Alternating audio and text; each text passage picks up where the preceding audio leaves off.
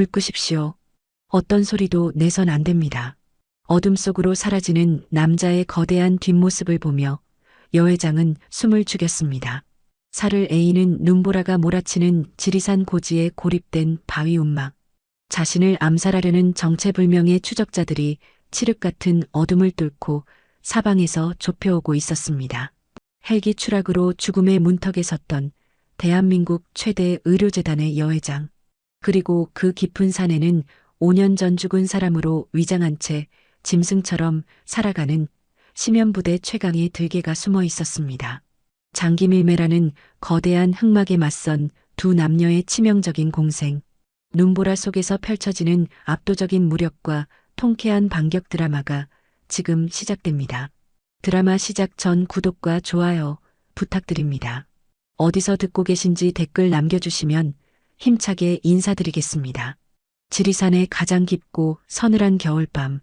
sak풍이 겨울 나무들을 미친 듯이 후려치고 있었어요.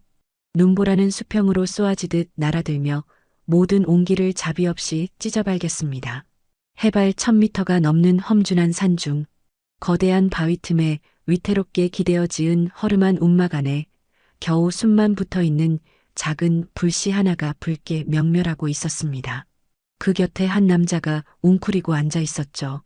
색이 다 빠져버린 낡은 군용 방한복, 얼굴을 절반 이상 덮어버린 덥수룩한 수염, 무엇보다 사람의 것이라기엔 소름 끼칠 정도로 감정이 거세된 한없이 탁하고 건조한 눈동자였습니다. 세상의 모든 끈을 끊어낸 채 이 지독한 산중에서 유령처럼 5년을 홀로 숨죽여 살아가고 있었습니다. 그때였습니다. 고막을 뒤흔드는 거대한 폭발음이 칠흑 같은 밤하늘을 두 동강 냈어요. 단단한 바위 움막이 지진이라도 난 듯 요동쳤습니다. 웅크리고 있던 남자의 몸이 반사적으로 튕겨나갔어요. 허름한 문짝을 박차고 밖으로 나서자 눈보라 너머산 중턱에서 시뻘건 불기둥이 솟구치고 있었습니다. 매캐한 항공유 타는 냄새. 헬기 전에였죠. 남자는 망설임 없이 눈밭을 달렸어요. 허벅지까지 푹푹 빠지는 설원이었지만 발이 멈추지 않았습니다. 불길이 맹렬하게 핥고 있는 찌그러진 헬기 동체. 그 찢겨나간 잔해 사이로 쓰러져 있는 한 사람이 보였어요. 여자였습니다. 짙은 회색의 최고급 맞춤 정장, 불빛에 반짝이는 스위스제 명품 시계, 그리고 의식을 잃은 와중에도 꽉 쥐고 있는 기내용 가죽 서류 가방. 이 거칠고 잔혹한 야생의 상과는 도무지 어울리지 않는 너무나도 이질적인 존재였습니다. 남자는 장갑도 끼지 않은 손가락을 여자의 창백한 목덜미에 짚었어요. 얼음장 같은 피부 아래로 아주 희미하지만 고집스러운 맥박이 뛰고 있었습니다. 그는 여자를 둘러엎고 다시 눈보라를 뚫었어요. 바닥에 여자를 눕힌 남자의 손이 기계처럼 빠르고 정교하게 움직이기 시작했습니다.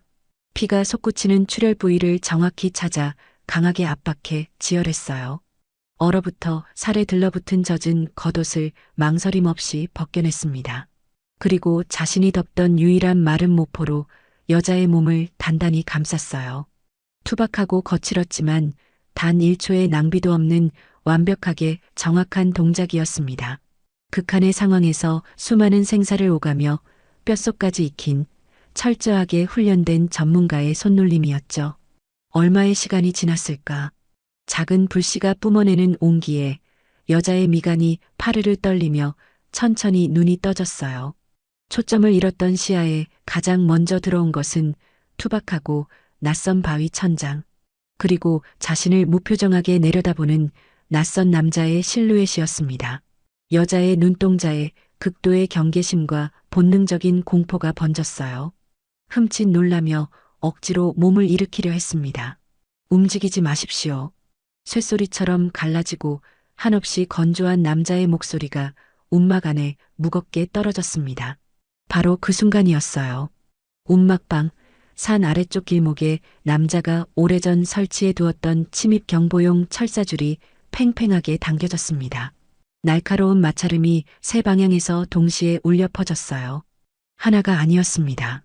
한국군의 장비나 이동 대형이 아니었어요. 국적조차 불분명한 사설 무장 조직의 기척이었습니다. 이 지독한 눈보라를 뚫고 추적자 셋이 산을 오르고 있었죠. 남자의 탁하게 죽어있던 눈빛이 순식간에 바뀌었습니다. 5년 동안 깊은 심연 속에 잠들어 있던 사냥개가 맹렬하게 이빨을 드러내는 순간이었어요. 불 끄십시오. 남자는 여자에게 그 짧은 당부를 무심하게 던졌습니다. 그리고 미련 없이 칠흑 같은 어둠 속으로 폭설이 쏟아지는 산속으로 몸을 던졌어요. 시야를 완벽하게 빼앗는 눈보라. 거친 바람 소리가 모든 기척을 집어삼키는 절대적인 어둠이었습니다. 추적자들은 열화상 장비를 갖추고 조심스럽게 산을 오르고 있었어요. 하지만 이 산의 모든 지형을 제 몸의 혈관처럼 꿰뚫고 있는 남자를 당해낼 수는 없었습니다.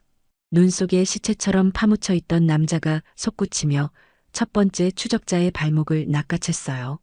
놈이 비명을 지르기도 전에 남자의 단단한 무릎이 놈의 어깨 관절을 완벽하게 꺾어버렸습니다. 둔탁한 파열음이 삭풍에 먹혀 사라졌어요. 두 번째 추적자가 황급히 총구를 돌리려 했습니다.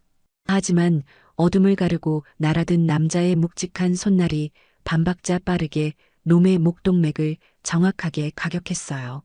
놈은 단 한 번의 저항도 하지 못한 채 눈밭 위로 고꾸라졌습니다. 의식을 완전히 끊고 무기를 해체했어요.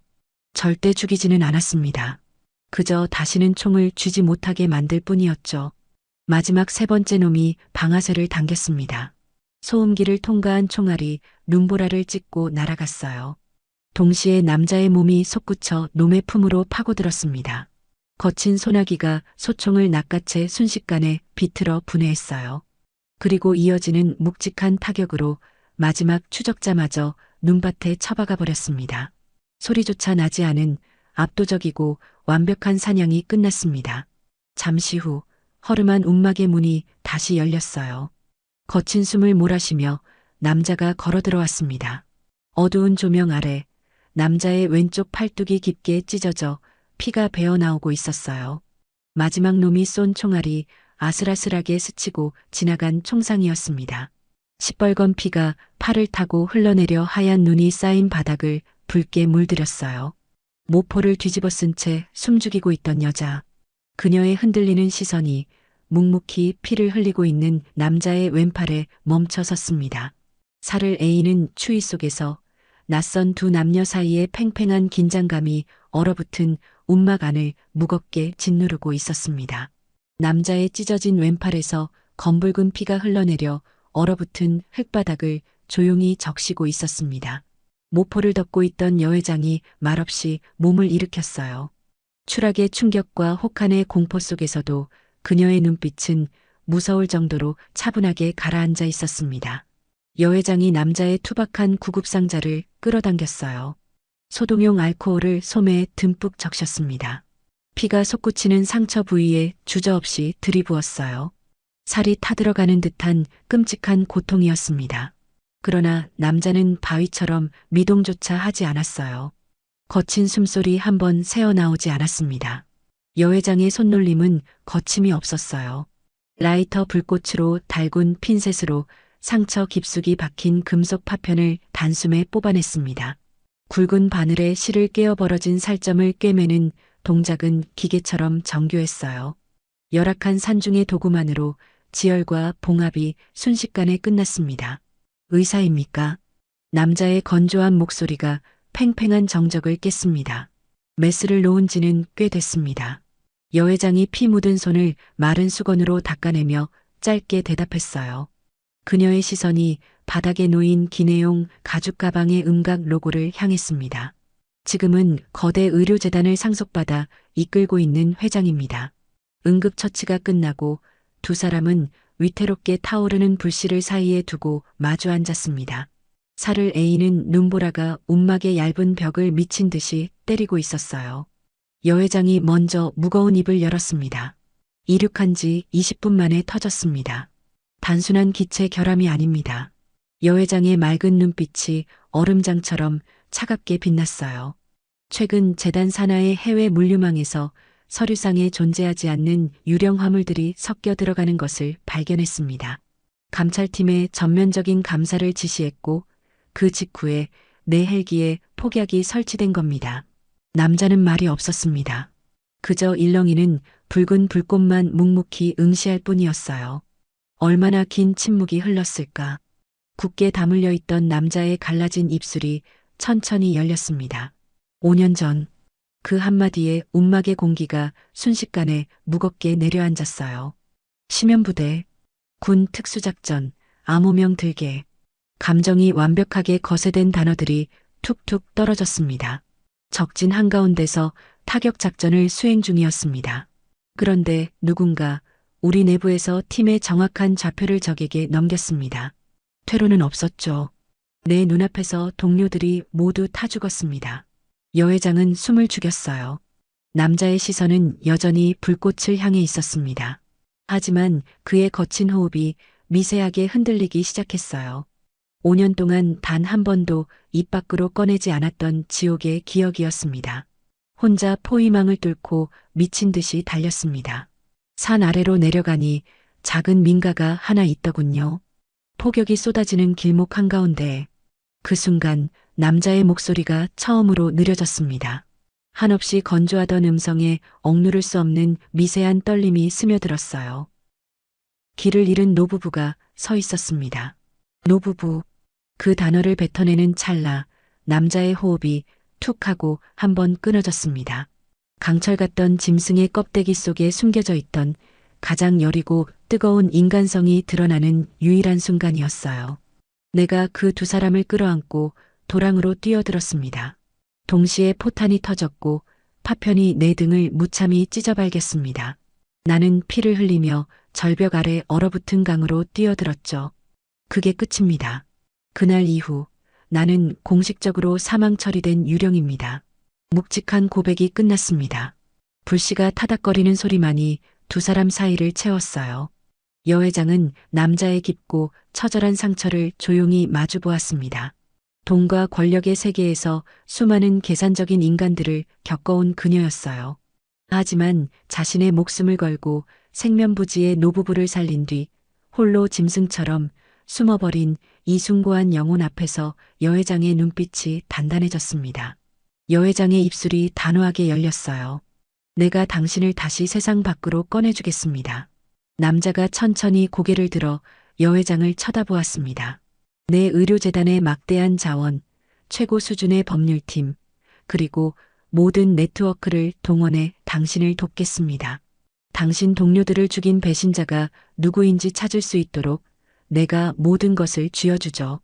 여회장의 시선이 남자의 건조한 눈동자에 똑바로 꽂혔습니다. 대신 나를 지켜주십시오. 숨막히는 긴 침묵이 이어졌어요. 남자가 여회장을 뚫어지게 바라보다가 마침내 무겁게 고개를 한번 끄덕였습니다.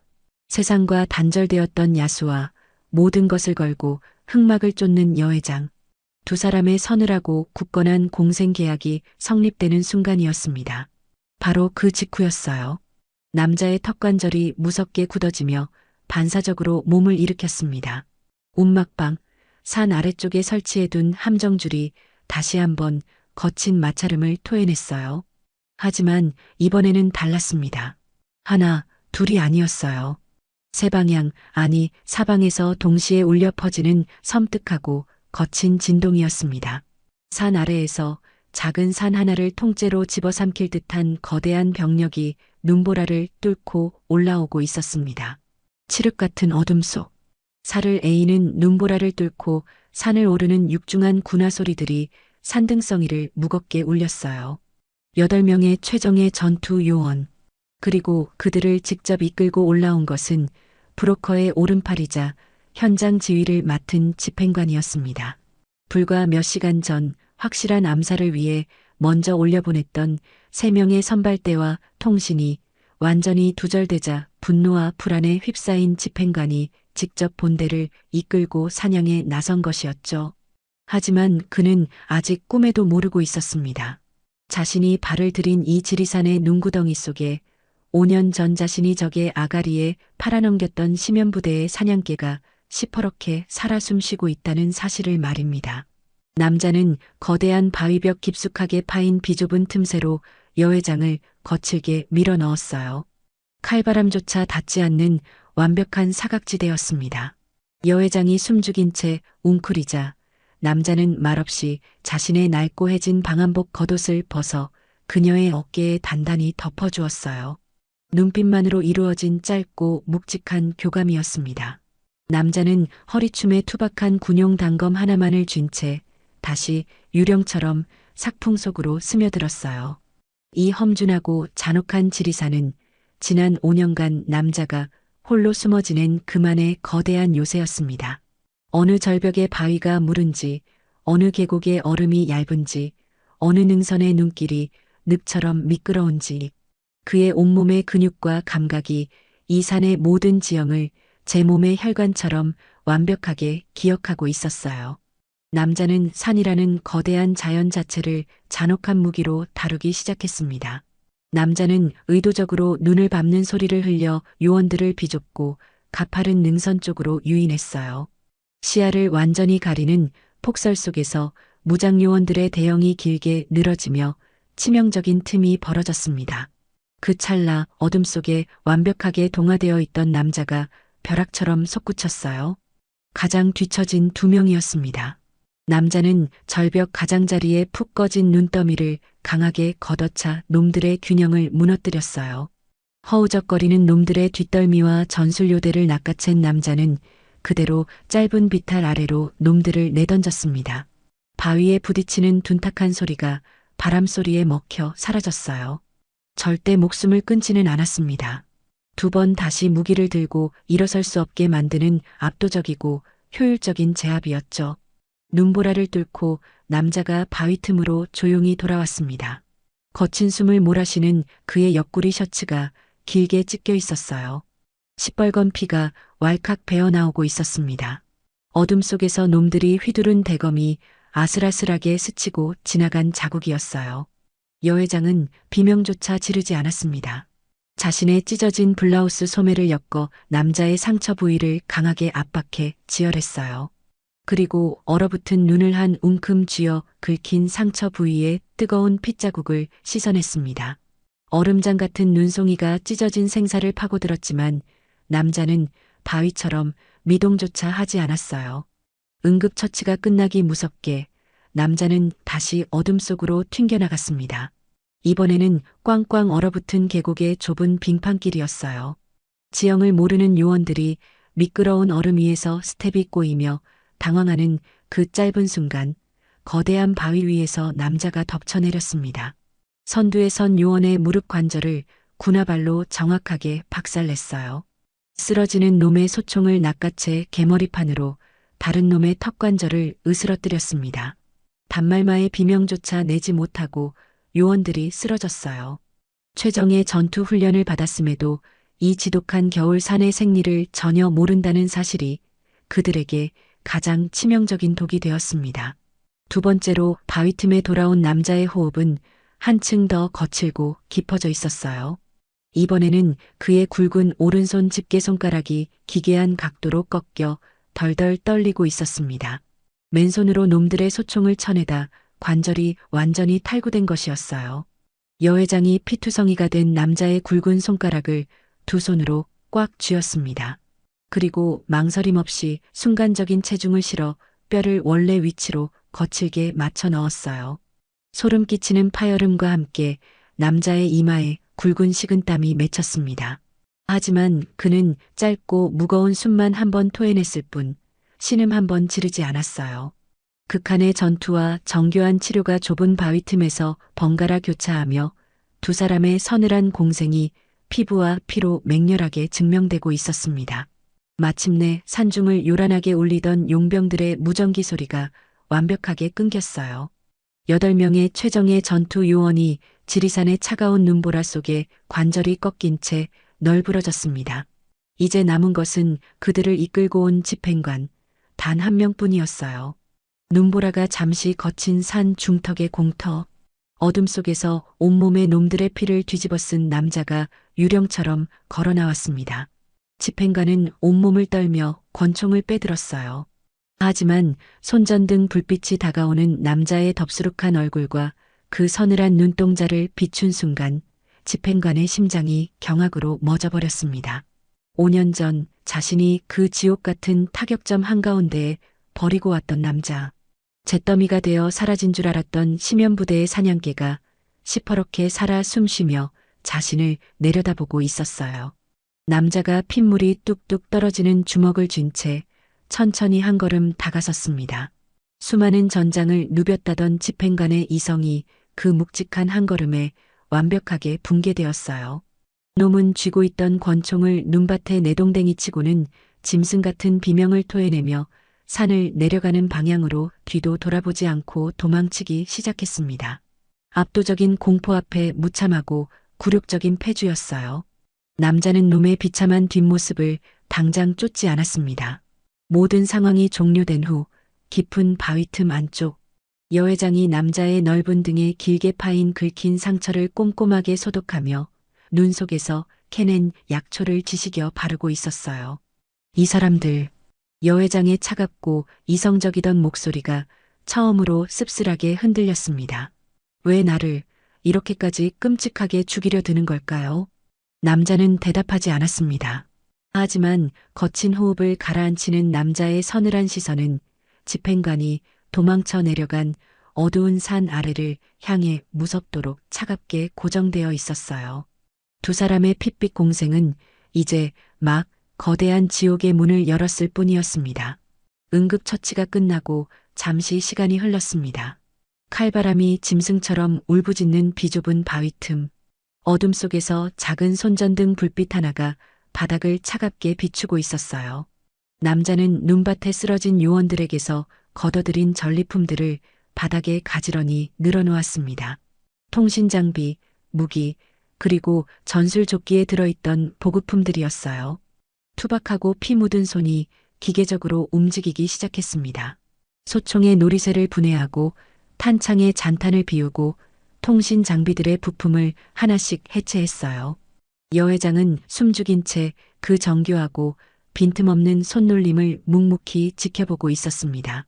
그런데 쉴 새 없이 움직이던 남자의 거친 손이 허공에서 툭 하고 멈췄어요. 남자의 시선이 깊게 박힌 곳은 놈들의 휴대용 무전기 안쪽 기판이었습니다. 굵은 손가락이 굳은 채 통신기의 주파수 다이얼을 천천히 쓰다듬었어요. 붉은색 숫자로 전멸하고 있는 5자리의 아주 독특하고 복잡한 주파수 암호 배열이었습니다. 남자는 이 배열을 너무나도 뼛속 깊이 안고 있었어요. 그것은 5년 전 그가 소속되어 있던 특수작전팀 심연부대가 사용하던 것과 완벽하게 동일한 암호 체계였습니다. 작전 중 내부의 누군가가 적에게 팀의 정확한 좌표를 넘겨 동료들을 전멸시켰을 때 그 배신자가 지휘부와 내통하며 사용했던 바로 그 끔찍한 통신 체계였어요. 바위 틈 안의 시간이 완전히 멈춰버린 것 같았습니다. 남자의 거대한 몸이 한동안 바위처럼 미동조차 하지 않았어요. 5년이라는 길고 잔혹한 시간이 단숨에 압축되어 목을 짓누르는 듯 과거 지옥불의 기억과 현재의 차가운 눈보라가 무겁게 겹쳐지는 순간이었습니다. 여회장은 남자의 굳은 등에서 뿜어져 나오는 살기의 무게를 고스란히 느꼈어요. 마침내 남자의 갈라진 입술이 열렸습니다. 이놈들, 짐승의 으르렁거림 같은 건조한 목소리가 얼어붙은 바닥을 긁었어요. 5년 전에 내 동료들을 죽인 바로 그 조직입니다. 여회장의 맑은 눈동자가 미세하게 흔들렸습니다. 남자가 손에 쥔 통신기를 부서져라 꽉 쥐며 말을 이었어요. 타격 목표는 적의 야전 병원이었습니다. 잠깐의 침묵이 흘렀습니다. 진입해보니 병원이 아니었죠. 남자의 턱관절이 무섭게 붉어졌어요. 최상위 권력자들에게 공급하기 위해 산 사람의 배를 가르고 장기를 빼내던 거대한 도살장. 그 끔찍한 실체를 제 두 눈으로 목격했던 기억이었습니다. 장기 적출 공장이었습니다. 남자의 탁한 눈빛에 시퍼런 살기가 돌았어요. 우리가 너무 깊이 다가갔습니다. 그래서 윗선이 팀 전체를 통째로 팔아넘겨 불태운 거죠. 불법 장기 적출. 그 단어가 떨어지는 순간 여회장의 표정이 얼음장처럼 차갑게 굳어갔습니다.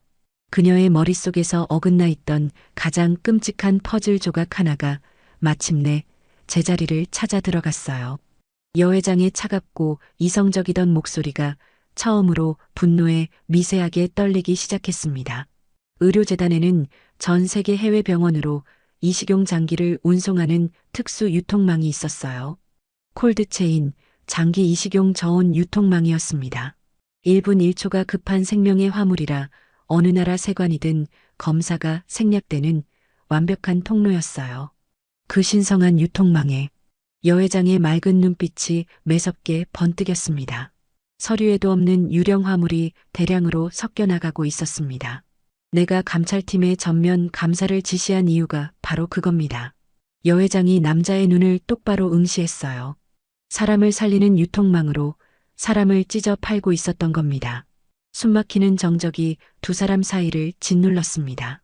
사람을 도축해 장기를 빼내는 거대한 브로커, 그 피 묻은 장기를 안전하게 운반하기 위해 세관마저 통과하는 최고급 의료재단의 물류망을 장악한 자들. 그 검은 장기 밀매 루트를 감사하려 했던 여회장을 죽이기 위해 헬기를 폭파시켰고 5년 전 그 도살장의 실체에 다가갔던 심연부대를 무참히 팔아넘겨 불태웠습니다.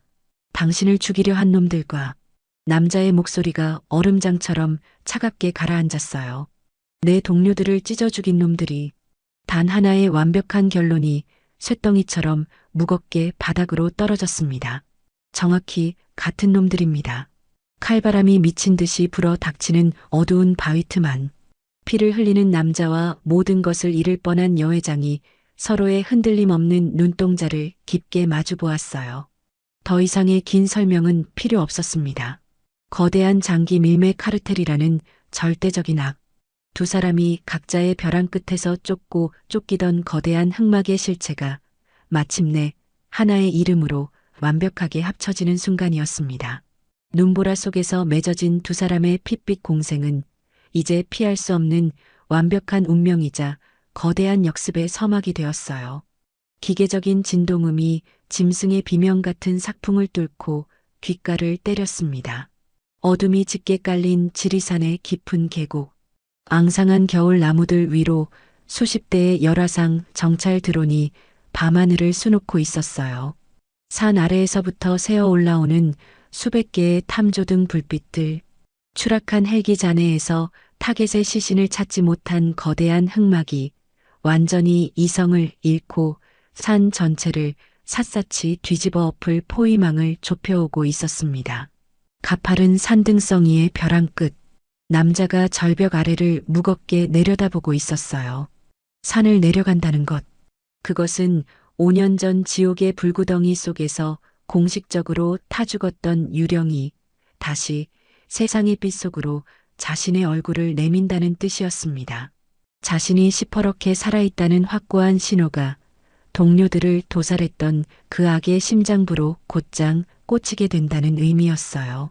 5년 동안 짐승처럼 숨어 지내며 유지했던 단 하나뿐인 완벽한 안전장치가 산산조각 나는 순간이었습니다. 남자의 시선이 천천히 등 뒤를 향했어요. 바위 틈에 기대어 앉은 여회장. 그녀의 상태는 이미 한계점을 넘어선 지 오래였습니다. 찢어진 옷자락 사이로 드러난 피부는 창백하게 질려 있었고 굳게 담은 입술은 새파랗게 얼어붙어 파르르 떨리고 있었어요. 극한의 추위와 거듭된 출혈, 아무리 정신력이 강인한 철의 여인이라 해도 영하를 밑도는 이 지독한 산중에서 버틸 수 있는 시간은 이제 몇십 분조차 남지 않았습니다. 남자의 턱관절이 한번 굳게 물렸어요. 그는 긴 한숨도 어떤 결연한 다짐도 내뱉지 않았습니다.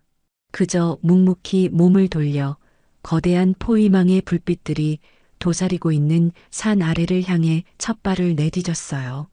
단 한마디의 설명도 없었지만 여회장은 비틀거리며 일어나 그 거대한 등을 묵묵히 따르기 시작했습니다. 남자가 걷는 길은 인간의 길이 아니었어요.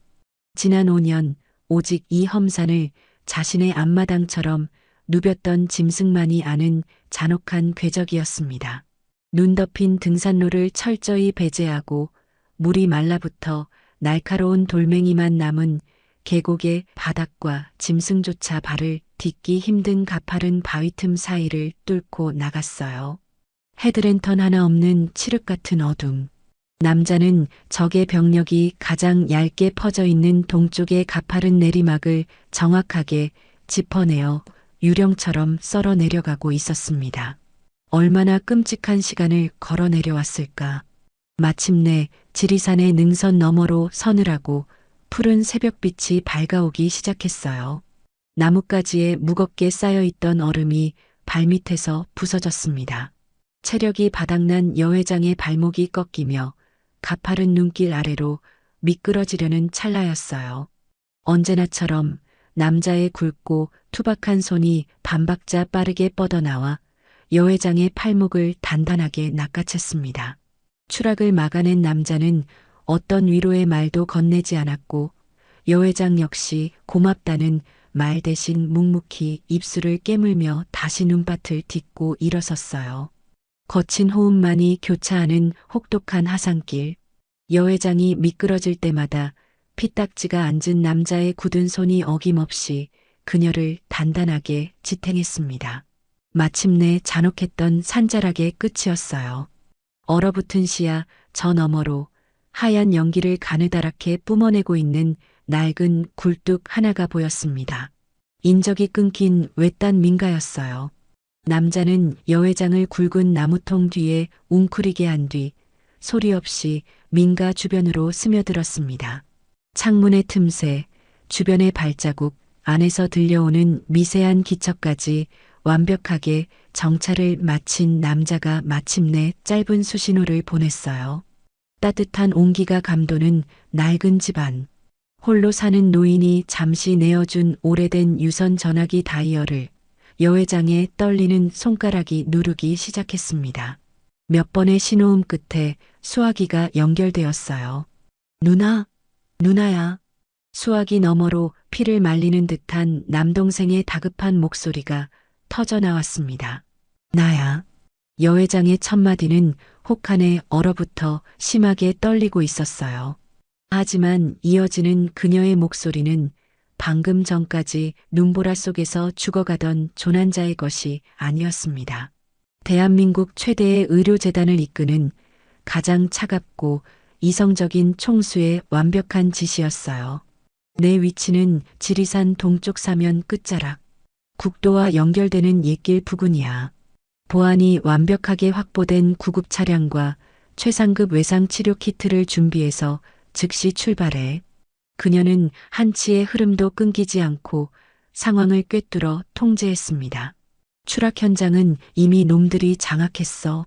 절대 경찰이나 관할 부대에 연락하지 마. 놈들의 정보망이 어디까지 뻗어 있는지 확인할 수 없으니까. 오직 재단 직속에 가장 믿을 수 있는 보안팀만 은밀하게 대동해.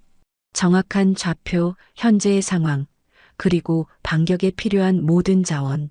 군더더기 없는 냉철한 정리가 끝난 뒤 전화가 끊겼어요. 수화기를 내려놓은 여회장이 그제야 낡은 벽에 기대어 무겁게 눈을 감았습니다. 남은 진을 모두 빼앗긴 것 같았어요. 하지만 팽팽한 긴장감이 한풀 꺾인 방 안의 공기와 달리 남자는 여전히 현관문 틈새에 거대한 바위처럼 굳건히 서 있었습니다. 남자의 서늘하고 건조한 시선은 방금 전 자신들이 뚫고 내려온 새하얀 지리산의 거대한 봉우리를 향해 무섭도록 차갑게 고정되어 있었어요.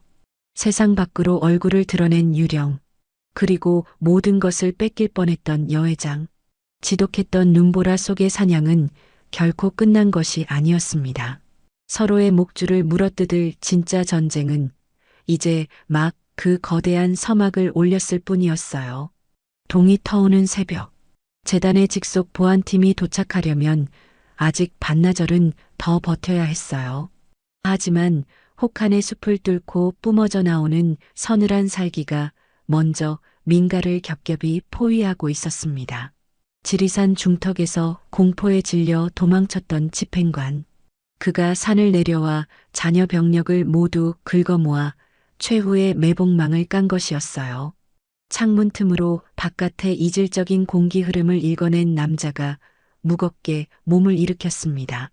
이번에는 험준한 산속이 아니었어요. 적을 기만하고 숨을 수 있는 계곡이나 바위가 전혀 없는 시야가 뻥 뚫린 평지였습니다. 지형의 이점이 완벽하게 사라진 불리한 전장이었어요. 하지만 시면에서 기어 올라온 사냥개에게 거추장스러운 자연의 도움 따위는 처음부터 필요하지 않았습니다.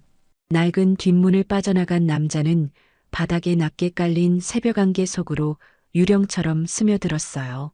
그의 거친 군화는 마른 풀을 밟으면서도 단 한 줌의 소리조차 내지 않았습니다.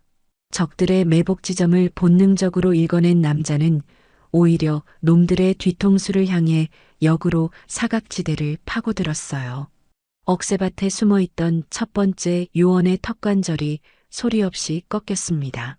남자는 쓰러지는 놈의 몸통을 사뿐히 받아내어 바닥에 눕힌 뒤 곧바로 다음 타겟을 향해 도약했어요. 평지에서의 전투는 산속보다 훨씬 더 빠르고 자비가 없었으며 압도적이었습니다. 총구를 겨누고 있던 요원들이 뒤에서 날아든 남자의 거친 소나기에 목이 졸리고 관절이 부서지며 차례차례 쓰러졌어요. 총성은 단 한 발도 울리지 않았습니다. 안개가 걷히기 시작한 텅 빈 마당. 마침내 마지막 남은 한 사람, 집행관이 덜덜 떨리는 손으로 권총을 빼들었어요. 놈이 악에 받쳐 방아쇠를 당기려는 찰나였습니다.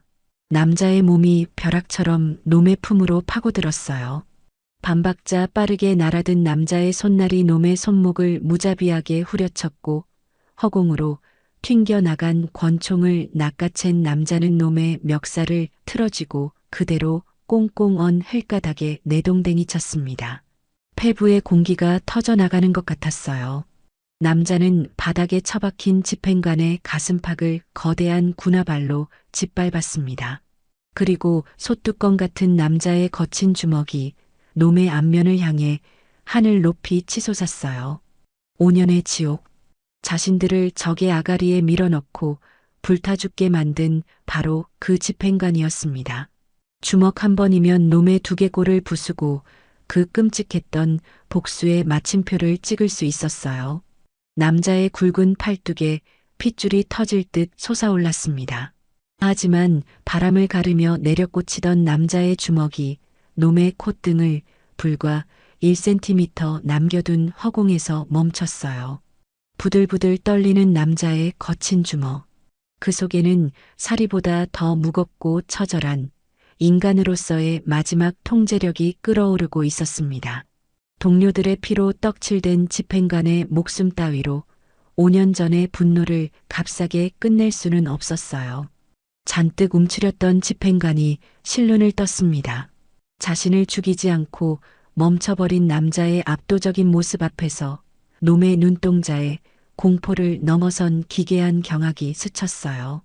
살기 위해 할 수 있는 마지막 패였습니다. 그 압도적인 침묵과 위압감에 짓눌린 집행관이 미친 듯이 정보를 토해내기 시작했어요. 브로커. 내가 한 게 아니야. 군 고위층이 전부 그 브로커의 뒤를 봐주고 있다고. 살기 위해 발악하는 놈의 입에서 가장 끔찍한 진실들이 쏟아져 나왔습니다. 너희 심연부대가 그 장기 적출 공장의 실체를 눈치채는 바람에 사람 배를 갈라 장기를 팔아치우는 그 거대한 사업이 흔들릴까봐 윗선에서 너희를 지우라고 지시한 거란 말이야. 그때였어요. 민가 안에서 숨죽이고 있던 여회장이 차가운 새벽 공기를 가르며 마당으로 걸어 나왔습니다. 그녀의 눈빛은 얼음장처럼 차갑게 가라앉아 있었어요. 여회장은 짓밟혀 있는 집행관의 전술 조끼를 거침없이 뒤져 최고급 위성통신기 단말기와 암호화된 휴대용 저장장치를 빼앗았습니다. 피가 묻은 손으로 놈의 단말기를 빠르게 조작하여 보안을 풀었어요. 그녀의 머릿속에는 이미 의료재단 감사에서 발견했던 콜드체인의 유령 선적 데이터 수천 건이 완벽하게 입력되어 있었습니다. 놈의 통신기에서 쏟아져 나오는 브로커의 해외 거점 좌표, 군 내부망의 비밀 통신 기록, 불법 장기 밀반 출입 시 여 회장의 시선이 단말기 화면을 매섭게 훑으며 두 개의 데이터를 하나로 교차 검증해냈어요. 확보했습니다. 여 회장이 단말기를 움켜쥐며 서늘하게 중얼거렸습니다.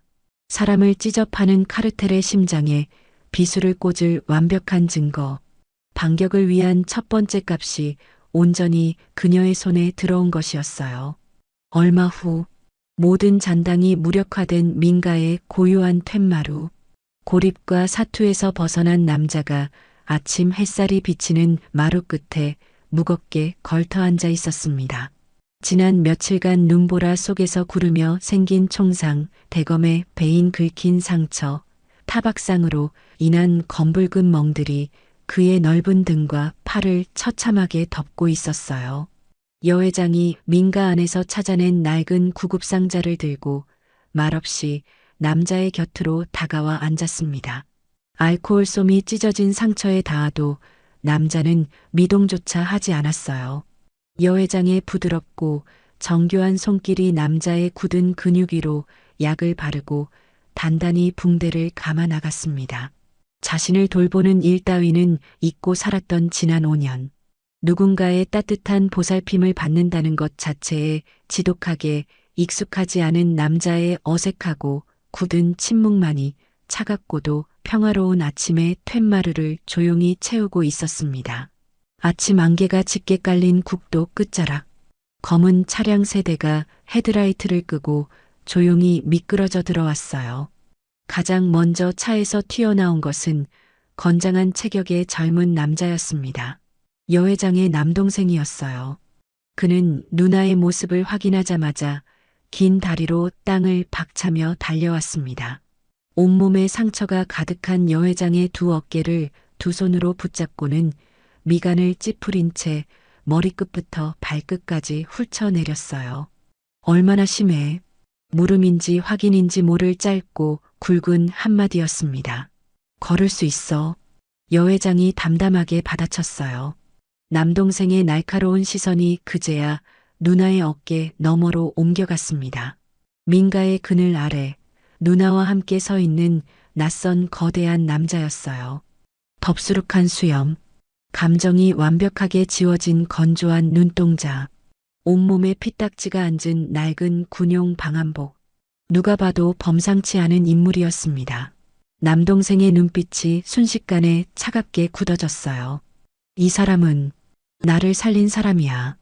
여 회장이 짧고 단호하게 잘랐습니다. 남동생은 한 박자 멈추더니 굳은 표정을 거두지 않은 채 남자를 향해 고개를 한번 끄덕였어요. 말없는 인정이었습니다. 그것으로 충분했죠. 보안팀 요원들이 신속하게 움직이기 시작했어요.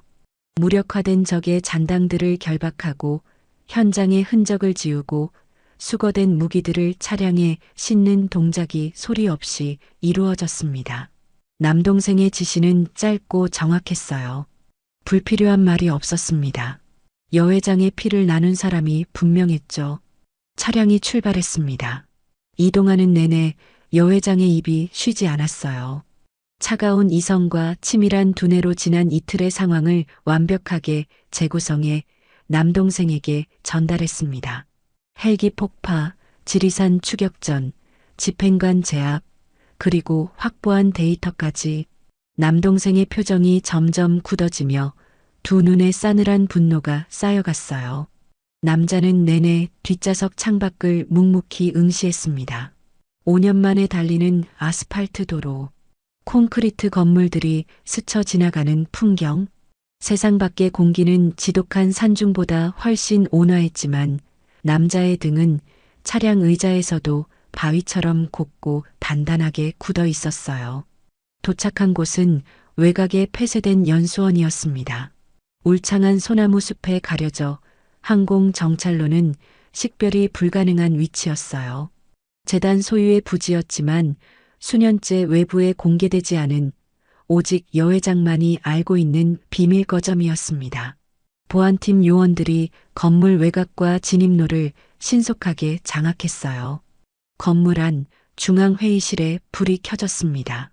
테이블 위로 노트북, 위성통신 장비, 그리고 집행관에게서 빼앗은 암호화 저장 장치들이 펼쳐졌어요. 여 회장의 손가락이 키보드 위를 쉬지 않고 달렸습니다. 재단 감찰팀이 수집했던 콜드체인 유령 선적 데이터와 집행관의 저장 장치에서 복호화된 해외 거점 좌표, 군 내부 비밀 통신 기록이 하나의 화면 위에서 교차로 겹쳐지기 시작했어요. 데이터는 하나의 거대한 윤곽을 그려내고 있었습니다. 브로커, 이름도 얼굴도 없는 그 존재가 단순한 범죄 조직의 수장이 아니라는 사실이 수치로 드러났어요.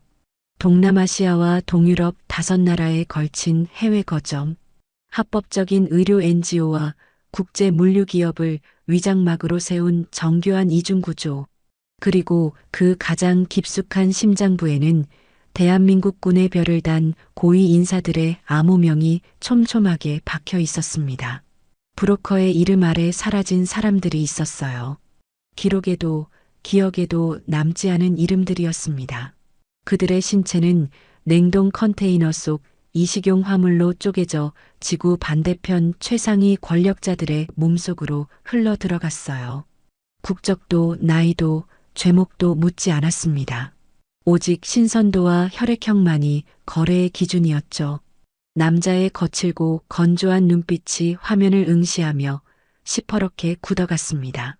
연결된 군 고위층의 수가, 자료를 훑던 남동생이 턱을 딱 다물었어요. 정식 법적 채널로는 이 보호막을 뚫을 수 없습니다. 여 회장의 서늘하고 냉정한 결론이 회의실 공기를 무겁게 눌렀습니다. 그녀는 손을 멈추지 않았어요. 법률팀의 암호화된 자료 패킷을 전송하고 독립적인 해외 서버에 증거를 분산 저장하고 신뢰할 수 있는 외부 채널을 조용히 가동하기 시작했습니다. 반격의 그림이 조용히 그려지고 있었어요. 깊은 밤이 내려앉은 연수원. 긴 회의가 마무리되고 보안팀 요원들이 각자의 자리로 흩어진 뒤 여 회장이 홀로 창가에 기대어 섰습니다. 그녀의 손 안에 있는 것은 자료도 단말기도 아니었어요. 잠금 해제된 개인 휴대폰 화면이었습니다. 웃고 있는 어린아이의 사진이었어요. 아직 앞니가 빠진 환한 웃음. 수빈이었습니다. 창밖의 어둠을 바라보는 여 회장의 눈동자에 이 싸움 내내 단 한 번도 내비치지 않았던 아주 깊고 여린 균열이 스쳤어요. 수빈이는 복도를 지나치던 남동생이 누나의 굳은 등을 보며 낮게 말했습니다. 지금 안전해. 여 회장은 대답하지 않았어요. 그저 조용히 휴대폰 화면을 닫았습니다. 복도 끝, 창문 하나 없는 어두운 방. 남자는 낡은 의자에 거대한 몸을 구겨 앉아 눈을 감고 있었어요. 잠든 것이 아니었습니다. 짐승이 다음 사냥을 앞두고 에너지를 비축하듯 그저 조용히 감각을 갈무리하고 있었죠. 5년간 홀로 숨죽여 살던 유령이 세상 한가운데로 걸어 들어온 첫날 밤이었습니다. 아직 이름도 모르는 거대한 적의 심장을 향해 두 사람의 반격이 조용하고 냉정하게 닻을 올리고 있었어요. 깊은 밤, 서울 외곽 비공개 연수원의 텅 빈 객실, 불이 모두 꺼진 어두운 방 안에서 남자가 넓은 통유리창 앞에 거대한 바위처럼 홀로 앉아 있었어요. 창밖으로 끝없이 펼쳐진 도심의 야경이 붉고 노랗게 타오르고 있었습니다. 지난 5년 동안 그가 지리산의 칠흑 같은 어둠 속에서 보았던 빛이라고는 얼어붙은 밤하늘의 시린 별빛과 위태로운 움막의 작은 불씨가 전부였어요. 수만 개의 인공 불빛이 뿜어내는 세상의 찬란함은 유령처럼 살아온 남자에게 너무나도 낯설고 이질적인 풍경이었습니다. 남자의 서늘한 시선이 창밖에서 천천히 내려와 자신의 두 손 위에 머물렀어요. 마디가 굵고 투박한 손이었습니다. 5년 전 지옥불 속에서 타들어가던 동료들을 끝내 끄집어내지 못했던 무능한 손. 포탄이 쏟아지던 길목에서 겁에 질린 노부부를 끌어안고 뒹굴었던 흉터투성이의 손. 그리고 지난 며칠 동안 눈보라 속에서 수많은 인간의 뼈를 부수고 피를 묻히며 사람을 때려 눕힌 잔혹한 손이었죠. 그 피비린내 나는 거친 손등 위로 하얗고 정갈한 거즈와 붕대가 단단하게 감겨 있었습니다. 여회장이 감아준 것이었어요. 조용한 객실의 문이 부드럽게 열렸습니다. 어둠을 뚫고 들어온 여회장의 손에는 핀셋과 소독약 그리고 새로운 거즈가 담긴 작은 구급쟁반이 들려 있었어요. 치료는 아까 끝났습니다. 전 괜찮습니다. 남자의 건조하고 무거운 목소리가 어둠을 갈랐습니다. 하지만 여회장은 남자의 거절 따위는 처음부터 들리지 않는다는 듯 일말의 망설임도 없이 곁으로 다가와 의자를 끌어당겨 앉았어요. 말없이 남자의 두꺼운 팔목을 끌어당겼습니다. 소독약 냄새가 방 안의 차가운 공기에 훅 끼쳐왔어요. 여회장의 맑고 차가운 눈동자는 오직 남자의 찢어진 상처만을 예리하게 응시하고 있었습니다. 손놀림은 늘 그랬듯 거침이 없었고 기계처럼 정교했어요. 상처의 가장 깊은 곳을 닦아낼 때만 아주 미세하게 부드러워졌습니다. 남자는 자신을 치료하는 그 하얗고 단단한 손을 조용히 내려다보았어요. 지리산에 무너져가는 움막에서부터 지금 이 낯선 도시의 거점에 이르기까지 이 여자는 단 한 번도 남자의 상처를 그냥 내버려 두는 법이 없었습니다. 피를 흘리고 돌아올 때마다 어김없이 곁으로 다가와 아무것도 묻지 않고 상처를 꿰매고 피를 닦아냈어요. 누군가를 죽이고 부수기만 했던 남자의 시간이 있었습니다. 그 지독한 시간 속에 아무런 대가 없이 살을 꿰매어주는 사람의 손길은 어느새 깊고 조용한 균열을 만들어내고 있었죠. 마지막 붕대 테이프를 끊어낸 여회장이 자리에서 천천히 몸을 일으키려던 찰나였습니다. 더 이상 숨지 않겠습니다. 방 안의 공기를 단숨에 얼어붙게 만드는 아주 짧고 묵직한 한 문장이었어요. 자리에서 일어서려던 여회장의 움직임이 그대로 멈췄습니다. 그녀가 천천히 고개를 돌려 남자를 바라보았어요. 늘 과거의 심연 속에 가라앉아 있던 남자의 탁한 눈동자가 5년 만에 처음으로 맹렬하게 불타오르고 있었습니다. 남자의 시선은 더 이상 과거의 눈 덮인 산을 향해 있지 않았어요. 유리가 깨질 듯 매서운 눈빛으로 오물과 탐욕이 들끓는 저 창밖의 세상을 똑바로 직시하고 있었습니다. 다음 날 아침이었어요. 거점의 회의실은 전쟁터의 지휘 통제실처럼 긴박하게 돌아가기 시작했습니다. 여회장의 부름을 받고 은밀하게 소집된 재단 최상위 법률팀 수십 명이 서류 더미와 노트북을 들고 일자불란하게 움직이고 있었어요. 그들의 임무는 단 하나였습니다. 5년 전 국가의 서류 위에서 완벽하게 소각되었던 한 남자의 사망 처리 기록을 완전히 뒤집어 엎는 것. 막대한 자본과 권력을 쥔 거대 재단의 인프라가 죽은 유령에게 다시 세상의 호흡을 불어넣는 부활의 의식을 치르고 있었어요. 테이블 맞은편 거대한 디지털 지도 위에 표시된 장기 밀매 카르텔의 주요 거점들을 노려보던 남자가 곁에 선 여회장을 향해 천천히 고개를 돌렸습니다. 가족이나 다름없던 내 동료들의 피값을 남김없이 받아내겠습니다. 남자의 목소리는 그 어느 때보다 차분했습니다. 하지만 그 안에 담긴 살기는 시퍼렇게 날이 서 있었어요. 그리고 회장님이 놈들에게 빼앗긴 그 신성한 유통망도 완벽하게 되찾아 놓죠. 사람을 찢어 파는 도살자들을 향한 사냥개의 선전포고였습니다.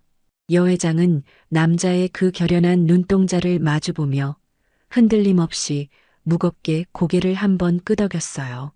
세상과 단절되었던 두 사람의 완벽하고 치명적인 공생이 마침내 임계점을 돌파했습니다. 죽음의 산을 버리고 스스로 목줄을 끊어낸 심연의 들개가 핏빛 사냥을 위해 세상의 한복판으로 그 거대한 발을 내디뎠어요. 차가운 아침 햇살이 블라인드 틈을 비집고 들어와 넓은 대리석 테이블 위를 서늘하게 가로질렀습니다. 세 사람이 테이블을 둘러싸고 앉아 있었어요. 불과 며칠 전만 해도 혹독한 눈보라 속에서 각자의 지옥을 헤매던 이들이 이제는 거대한 적의 심장을 찌르기 위해 하나의 테이블에 모인 것이었습니다. 테이블 위에는 집행관에게서 빼앗은 암호화된 통신 기록과 물류 데이터가 어지럽게 펼쳐져 있었어요. 그 위로 남동생이 재단 내부망의 보안을 뚫고 빼돌린 VIP 특수 수송 기록이 겹쳐졌습니다. 마지막으로 남자가 5년 전 자신의 두 눈으로 목격했던 불법 장기 적출 공장의 좌표와 작전 타임라인이 그 위에 덧대어졌어요. 파편화되어 있던 세 갈래의 거대한 정보가 마침내 하나의 완벽한 핏빛 지도로 완성되었습니다. 대한민국 최고의 의료재단이 구축한 생명의 동아줄, 장기 이식용 저온 유통망. 그 신성하고 완벽한 보안망의 허점을 철저하게 악용하여 사람의 장기를 전 세계로 밀수출해 온 브로커의 더러운 혈관이 지도 위에 선명하게 드러났습니다. 누구도 입을 열지 않았지만 세 사람의 차가운 시선은 모두 지도 위에 가장 깊은 심장부 국내에 숨겨진 브로커의 거대한 비밀 거점을 정확하게 찌르고 있었어요. 기나긴 회의가 끝난 후 거점의 공기는 기묘할 정도로 차분하게 가라앉았습니다.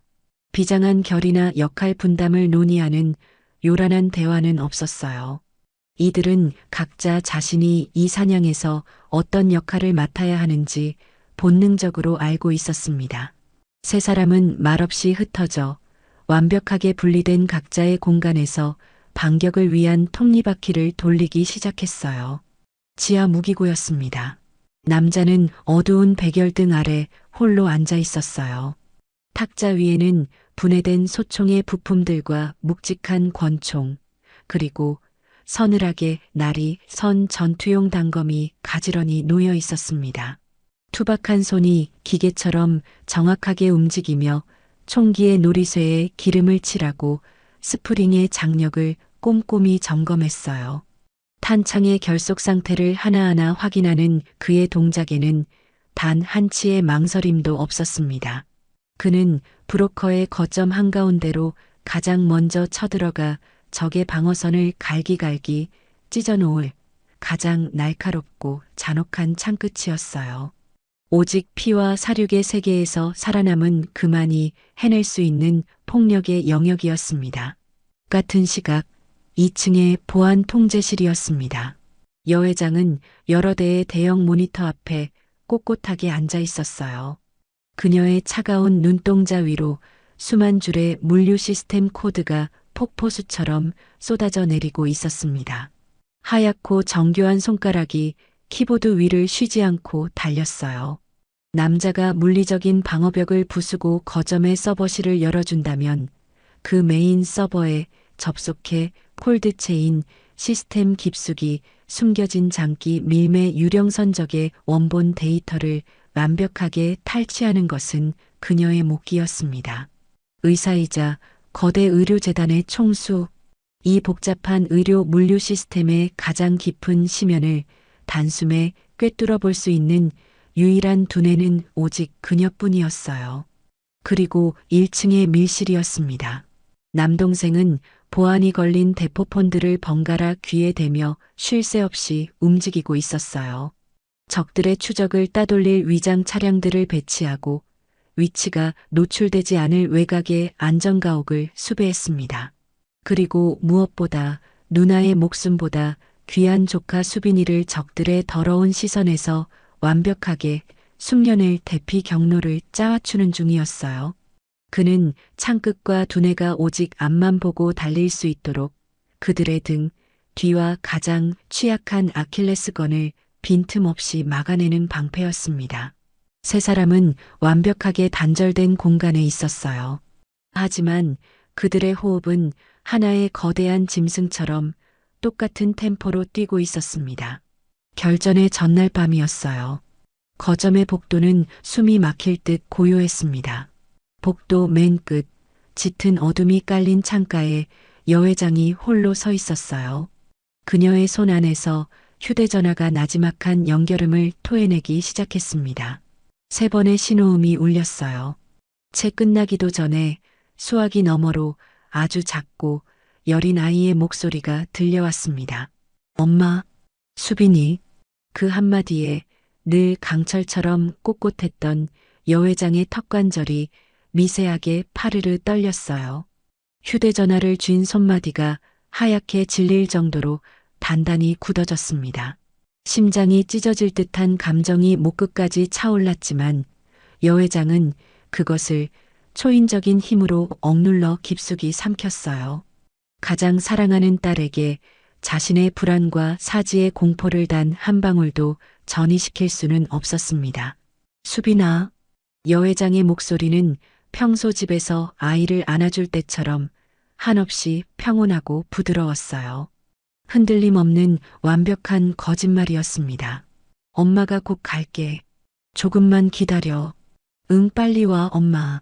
짧은 통화가 끝났습니다. 종료음이 울리는 휴대전화를 천천히 내린 여회장은 차가운 복도 통유리창에 자신의 이마를 무겁게 기댔어요. 눈을 굳게 감은 그녀의 좁은 어깨가 아주 작게 그러나 처절하게 떨리고 있었습니다. 복도 반대편의 짙은 그림자 속 남자가 그 모든 상황을 조용히 지켜보고 있었어요. 그는 단 한 걸음도 다가가지 않았습니다. 어떤 위로의 말도 건네지 않았어요.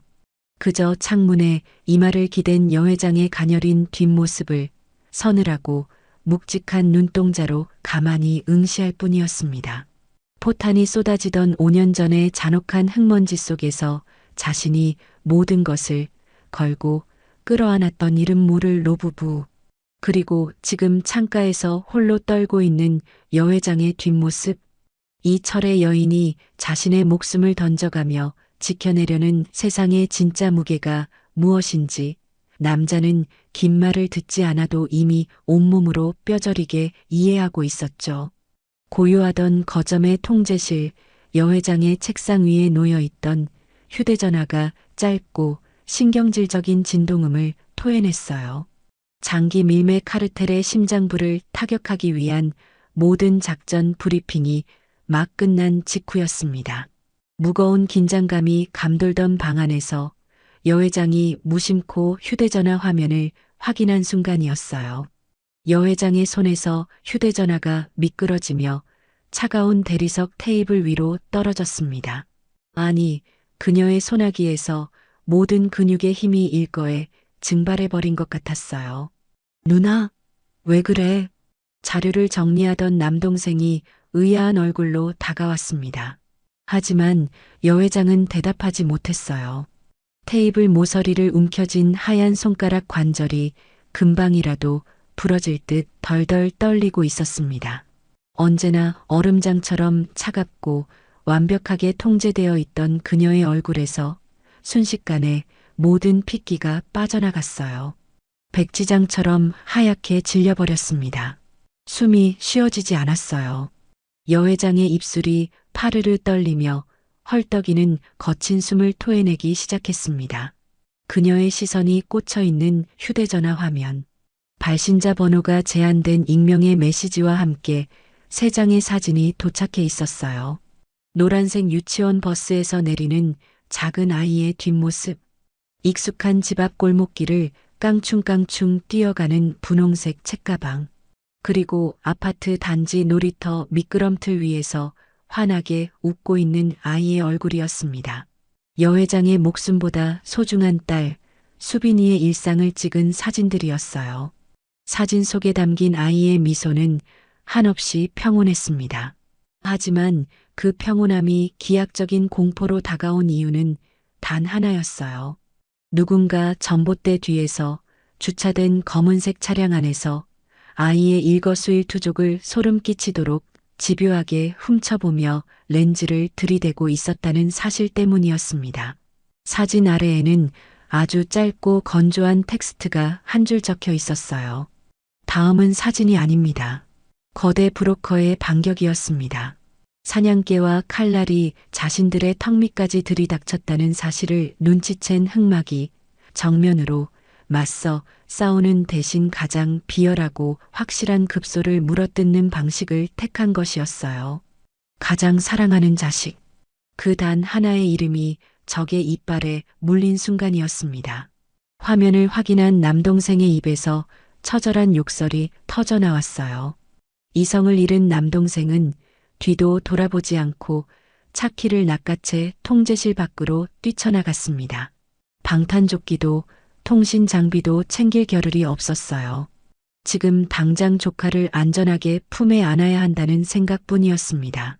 복도를 울리며 멀어지는 거친 발소리. 연수원 밖으로 차량이 미친 듯이 질주에 빠져나갔어요. 반격팀의 유일한 방패가 적의 단순하고도 치명적인 협박 한 번에 속절없이 떨어져 나가는 순간이었습니다. 완전 무장을 마친 채 통제실 문가에 서 있던 남자.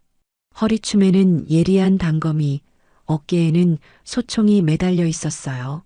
당장이라도 브로커의 거점을 향해 출정해 적들의 숨통을 갈기갈기 찢어 놓아야 할 창끝이었습니다.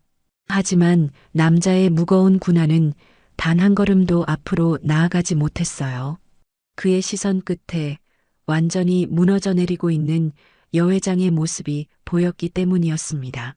테이블을 위태롭게 짚고 서 있던 여 회장의 다리에서 마침내 힘이 풀렸어요. 짐승의 울음 같기도 하고 끊어질 듯한 쇳소리 같기도 한 비명이 그녀의 입술을 비집고 새어나왔습니다.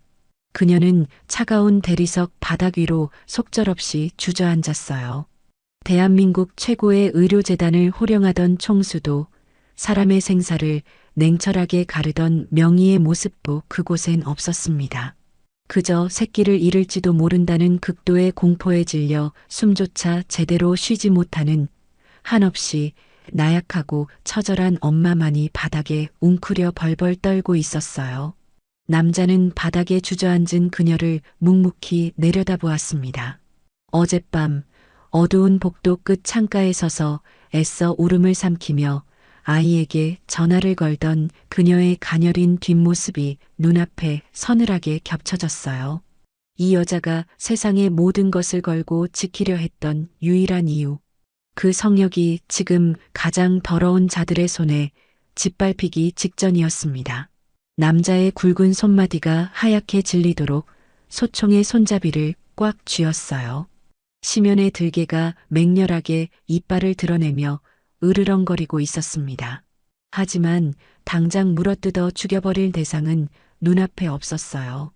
남자가 가진 압도적인 폭력도 적의 관절을 부수고 숨통을 끊어내는 완벽한 기술도 지금 이 순간만큼은 아무런 소용이 없었습니다.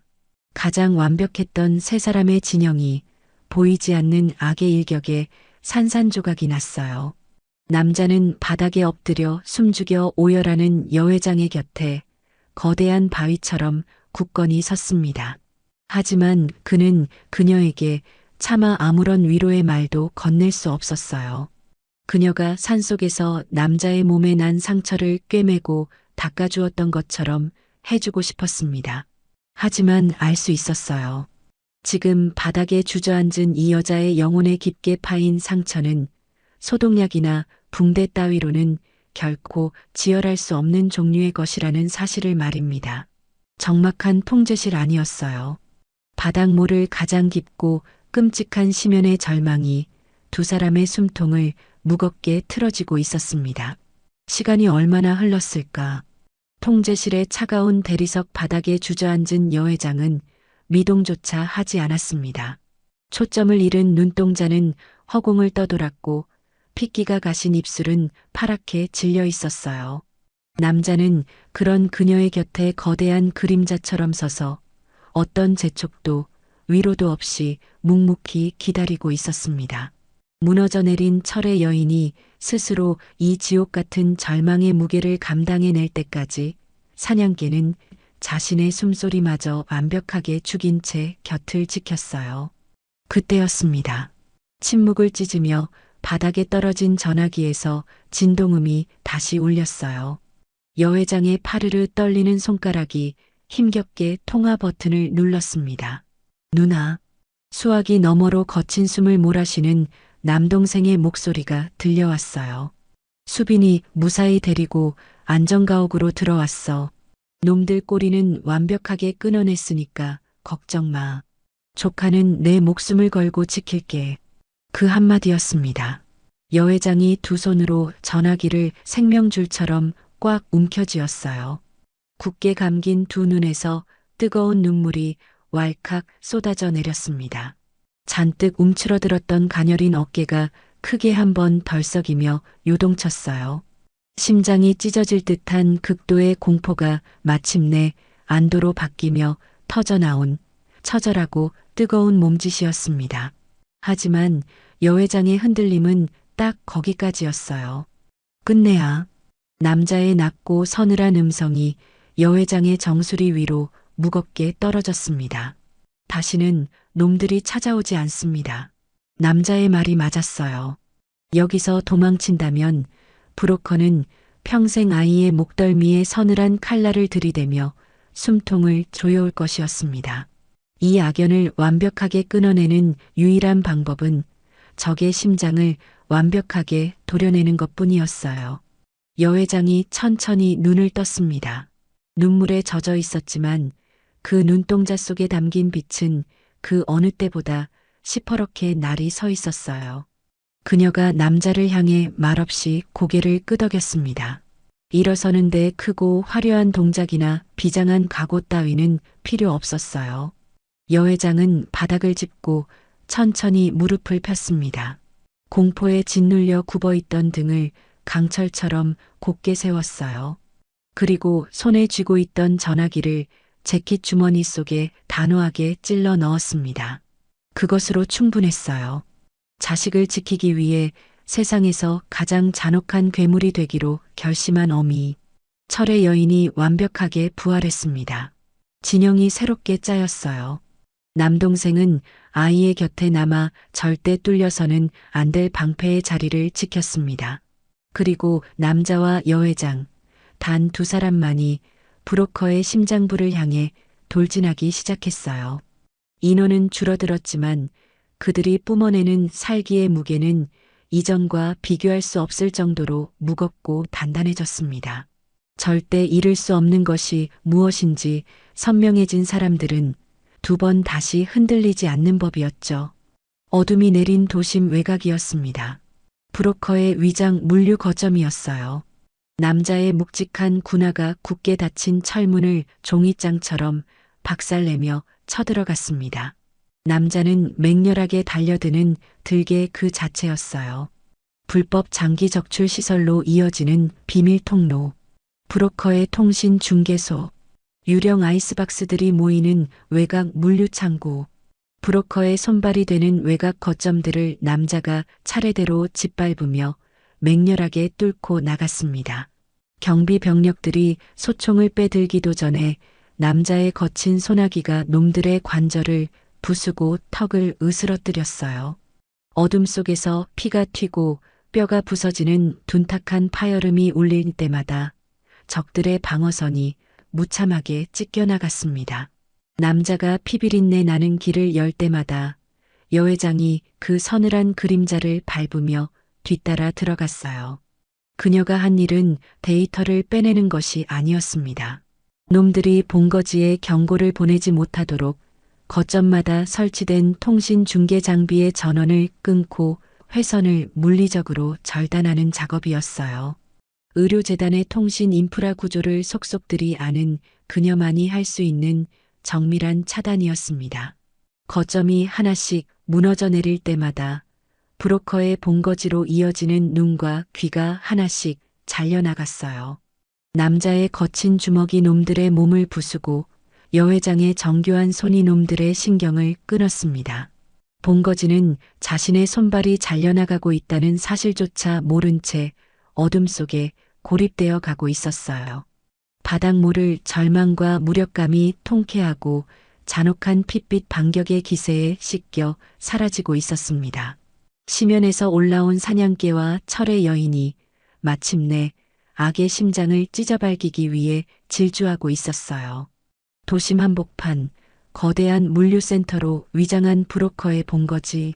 수십 명의 최정예 무장 병력이 지키고 있는 이 지하 요새는 그 자체로 철옹성이자 뚫을 수 없는 악의 심장이었어요.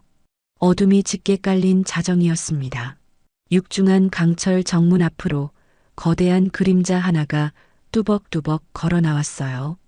우회하거나 숨어 들어갈 생각 따위는 처음부터 없었습니다. 산에서 내려온 심연의 들개가 마침내 놈들의 숨통을 끊어버릴 정면 돌파를 선택한 것이었어요. 폭약이 두꺼운 강철 정문을 종이장처럼 뜯어냈습니다. 시뻘건 화염과 매캐한 연기를 뚫고 피비린내를 휘감은 남자가 요새 안으로 묵직하게 걸어 들어왔어요. 요란한 사이렌 소리가 지하 벙커를 미친 듯이 울렸습니다. 사방에서 검은 전술복을 입은 수십 명의 호위 요원들이 개미떼처럼 쏟아져 나와 남자를 향해 달려들었어요. 남자의 거대한 몸이 벼락처럼 짐승의 무리 속으로 파고들었습니다. 선두에 선 요원이 휘두른 쇠파이프를 맨손으로 쳐낸 남자는 그대로 놈의 손목 관절을 꺾어버리고 어깨를 부수어 바닥에 내리꽂았어요. 사방에서 날아오는 주먹과 칼날이었습니다. 남자는 고개를 살짝 비틀어 칼끝을 피함과 동시에 거친 군화발로 적의 무릎을 박살냈어요. 허공으로 튕겨나간 적의 공봉을 낚아채어 다른 요원의 턱관절을 자비 없이 으스러뜨렸습니다. 관절을 꺾고 무기를 빼앗고 완벽하게 의식을 끊어버렸어요. 죽이지는 않았습니다. 하지만 뼈가 부서지고 살이 찢어지는 이 압도적인 충돌 앞에서 훈련받은 용병들조차 공포에 질려 뒷걸음질 치기 시작했어요. 같은 시각이었습니다. 남자가 핏빛으로 뚫어놓은 길을 따라 여회장이 지하 요새의 가장 깊은 곳 중앙 관제실로 소리 없이 스며들었어요. 눈앞에 수십 대의 기계들이 차가운 푸른빛을 뿜어내고 있었습니다. 여회장이 재킷 안주머니에서 작은 장치 하나를 꺼냈어요. 재단 보안팀이 이 작전을 위해 미리 만들어둔 것이었습니다. 꽂기만 하면 안에 담긴 모든 것을 자동으로 빨아들이는 도구였어요. 하지만 수십 대 중 어느 것에 꽂아야 하는지 그것은 이 재단의 물류 구조를 속속들이 아는 사람만이 알 수 있었습니다. 여회장의 서늘한 시선이 기계들을 훑었어요. 망설임 없이 하나를 짚어냈습니다. 장치를 꽂는데 3초. 화면 위로 브로커가 감춰두었던 지옥의 민낯이 폭포수처럼 쏟아져 내리기 시작했어요. 불법으로 적출된 장기들의 유통 기록, 의료물자에 유령 화물을 섞어 넣은 끔찍한 내역들, 그리고 이 모든 도살장을 뒤에서 지켜주며 천문학적인 돈을 받아먹은 군 고위층의 뇌물 장부까지였습니다. 장치의 불빛이 초록색으로 바뀌었어요. 저장 완료였습니다. 다시 피와 비명이 난무하는 복도였어요. 수십 명의 요원이 꺾이고 찢긴 채 바닥에 널브러져 신음하고 있었습니다. 남자의 앞을 가로막고 있는 것은 이제 단 한 명뿐이었어요. 방검복조차 제대로 갖춰 입지 못한 20살이나 갓 넘었을 법한 앳된 얼굴의 하급 요원이었습니다. 놈은 피투성이가 된 채 덜덜 떨리는 양손으로 삼단봉을 쥐고 있었지만 남자의 압도적인 살기 앞에서 이미 다리에 힘이 풀려 주저앉기 직전이었어요. 남자의 거대한 주먹이 그 앳된 얼굴을 향해 허공으로 치켜 올라갔습니다. 하지만 허공을 가르던 남자의 주먹이 소년의 콧등을 불과 한 뼘 남겨두고 멈춰 섰어요. 남자의 탁한 눈동자가 겁에 질려 눈물을 뚝뚝 흘리는 소년의 얼굴을 묵묵히 내려다보았습니다. 알 수 있었어요. 이 어린 놈은 자신이 지키고 있는 이 지하 요새가 사람의 배를 가르는 장기적출 조직의 본거지라는 사실조차 모를 것이었습니다. 그저 한 달에 몇백만 원의 용역비를 준다는 말에 혹해 영문도 모르고 총알바지로 세워진 버려진 장기말일 뿐이었어요. 일어나서 나가라. 남자의 낮고 묵직한 음성이 복도에 떨어졌습니다. 오늘 내가 이곳에 있었다는 사실을 완벽하게 잊어라. 뒤도 돌아보지 말고 뛰어. 소년의 눈동자에 극도의 공포와 함께 이 거대한 괴물이 왜 자신을 살려주는지 이해할 수 없다는 혼란이 스쳐 지나갔어요. 소년은 삼단봉을 내팽개친 채 비틀거리며 출구를 향해 미친 듯이 도망치기 시작했습니다. 이제 정말 마지막이었어요. 복도 끝에 자리 잡은 육중한 방음문. 남자의 군화가 그 무거운 문짝을 무자비하게 걷어찼습니다. 최고급 샹들리에가 빛나는 넓은 VIP 집무실이었어요. 그 거대한 마호가니 책상 뒤에 마침내 모든 악의 근원인 거대 브로커가 앉아 있었습니다. 평생을 권력자들의 뒤에 숨어군 고위층의 완벽한 보호막 아래서 사람을 고기로 취급하며 단 한 번도 자신의 손에 직접 피를 묻혀본 적 없는 우아하고 역겨운 도살자였어요. 브로커의 손에 들려있던 크리스털 유리잔이 책상 위로 굴러떨어졌습니다. 문을 부수고 들어온 남자를 본 순간 브로커는 의자에서 몸을 일으키지도 못한 채 짐승 같은 경악을 토해냈어요. 5년 전 자신이 군부와 결탁해 잿더미 속에 완벽하게 묻어버렸다고 믿었던 심연부대의 유령이 피를 뒤집어 쓴 채 살아서 돌아왔기 때문이었습니다. 들게 살아있었나? 남자가 뚜벅뚜벅 걸어가 브로커의 책상 위로 피가 뚝뚝 떨어지는 주먹을 짚었어요. 5년 전 남자의 쇳소리 같은 목소리가 집무실의 공기를 얼어붙게 만들었습니다. 내 동료들을 심연부대를 도살장에 팔아넘긴 값을 치러라. 절대적인 폭력의 화신 앞에서 브로커가 자랑하던 권력과 우아함은 순식간에 시궁창의 오물처럼 무너져 내렸어요. 브로커는 온몸을 사시나무 떨듯 떨며 두 손을 싹싹 비비기 시작했습니다. 협상하자. 내가 원하는 게 뭐야? 돈 얼마든지 줄게. 평생 놀고 먹을 수 있는 완벽한 새 신분? 국적? 다 만들어주마. 제발, 제발 목숨만은. 침이 튀도록 목숨을 구걸하는 브로커의 핏기 없는 얼굴이었습니다. 약자들의 배를 갈라 장기를 파낼 때는 세상에서 가장 잔혹했던 포식자가 진정한 압도적 강자 앞에서는 바닥을 기는 벌레보다 못한 비굴한 낯짝을 고스란히 드러내고 있었어요. 남자의 혐오감 어린 서늘한 눈동자가 그 비참하고 끔찍한 악의 얼굴을 조용히 내려다보고 있었습니다. 사냥개의 마지막 이빨이 마침내 놈의 가장 깊은 목덜미를 파고들기 직전이었어요. 같은 시각 지하 요새의 중앙 관제실, 여회장의 하얀 손가락이 엔터키를 무겁게 짓눌렀어요. 그 단 한 번의 조작으로 브로커가 평생을 걸고 쌓아 올렸던 거대하고 역겨운 철옹성에 완벽한 사형 선고가 내려졌습니다. 여회장이 탈취한 마스터 서버의 모든 데이터가 암호화망을 뚫고 세상 밖으로 일제히 쏘아졌어요. 대한민국 메이저 언론사 5곳의 보도국, 그리고 대통령실 직속 감찰기관의 메인 서버로 동시에 전송된 압도적인 양의 증거 파일들이었습니다. 신성한 생명을 다루는 의료재단의 장기 이식용 저온 유통망 컨테이너에 사람의 배를 갈라 빼낸 불법 장기들을 숨겨 전 세계로 유통했던 피비린내 나는 선적 기록들. 그 더러운 피를 빨아먹으며 자금 세탁을 도운 해외 페이퍼 컴퍼니의 계좌네요. 그리고 이 모든 도살장을 뒤에서 지켜주며 천문학적인 뇌물을 챙긴 군 내부 장성급 인사들의 더러운 명단까지였어요. 여회장이 정리해낸 데이터의 구조는 소름이 끼칠 정도로 완벽했습니다. 최고의 의사이자 거대 재단을 이끄는 총수만이 짜맞출 수 있는 치밀하고 논리적인 배열이었어요. 감찰 기관이 단 1초의 망설임도 없이 즉각적인 압수수색 영장을 청구할 수 있도록 모든 범죄의 인과관계가 칼날처럼 예리하게 정돈되어 있었습니다.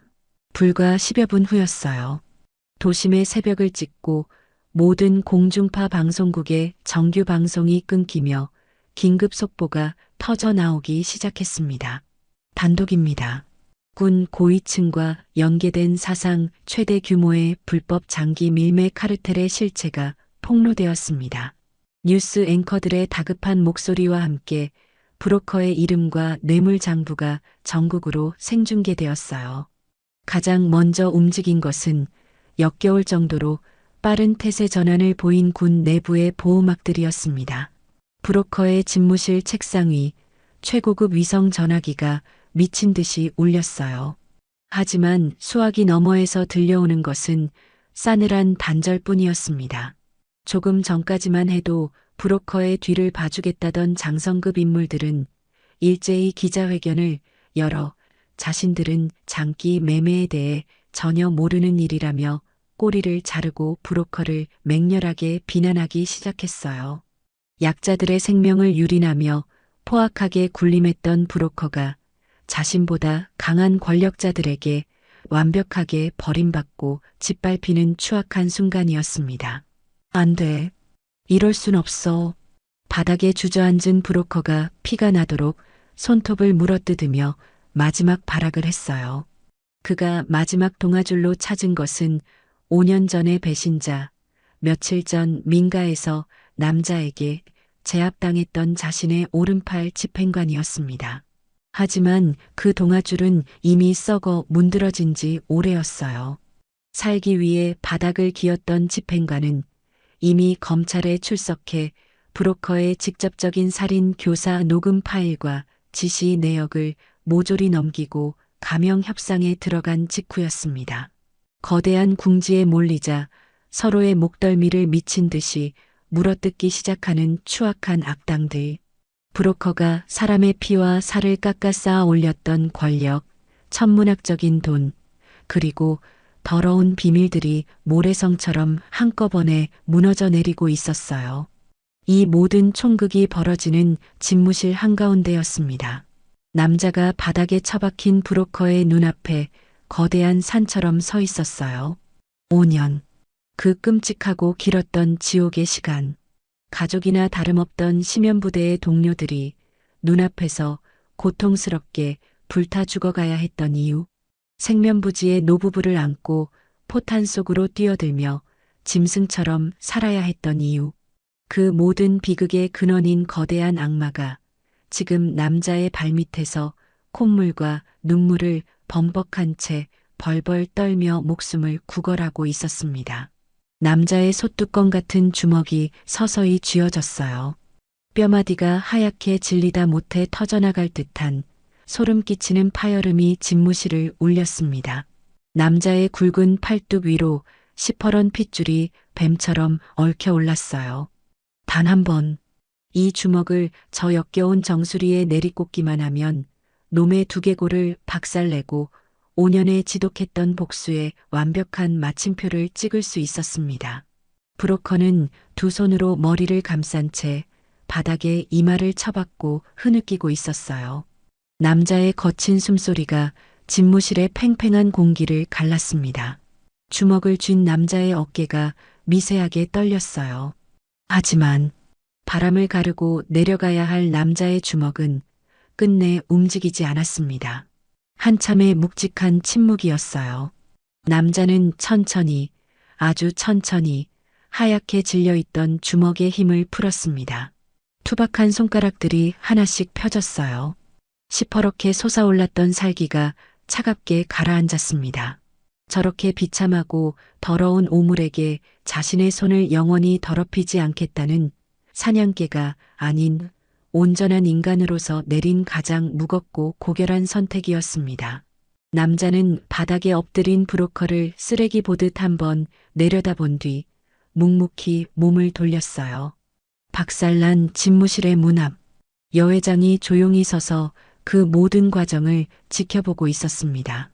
그녀의 맑고 서늘한 눈동자에는 기어이 사륙의 짐승이 되기를 포기하고 스스로 인간의 길을 선택한 남자를 향한 깊은 안도와 먹먹한 연민이 일렁이고 있었어요.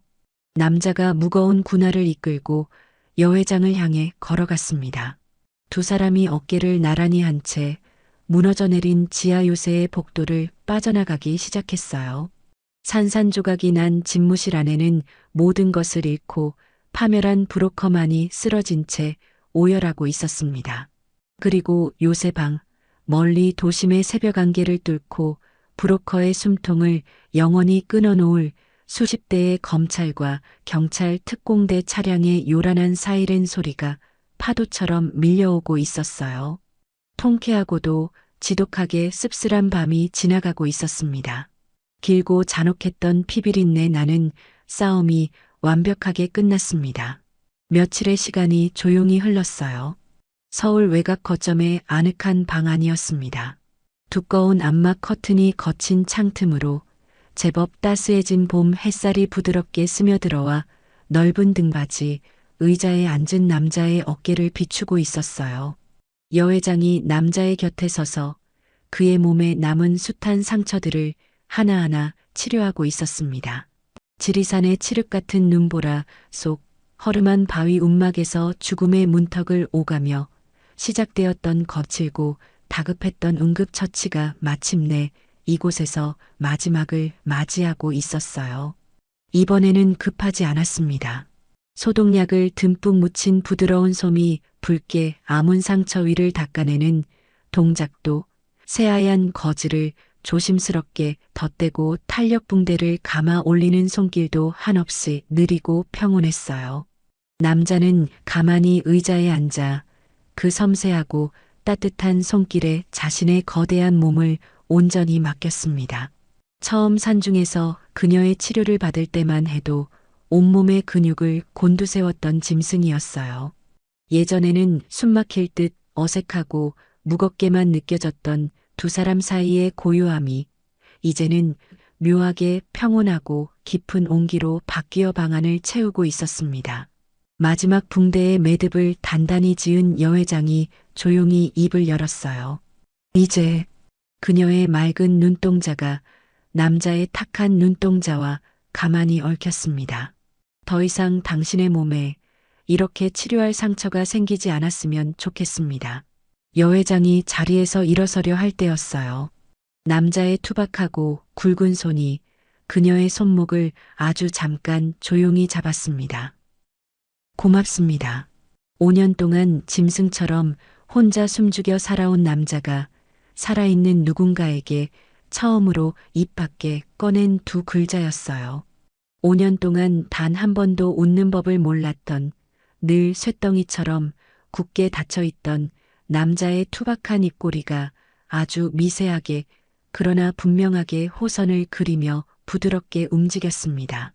그때였어요.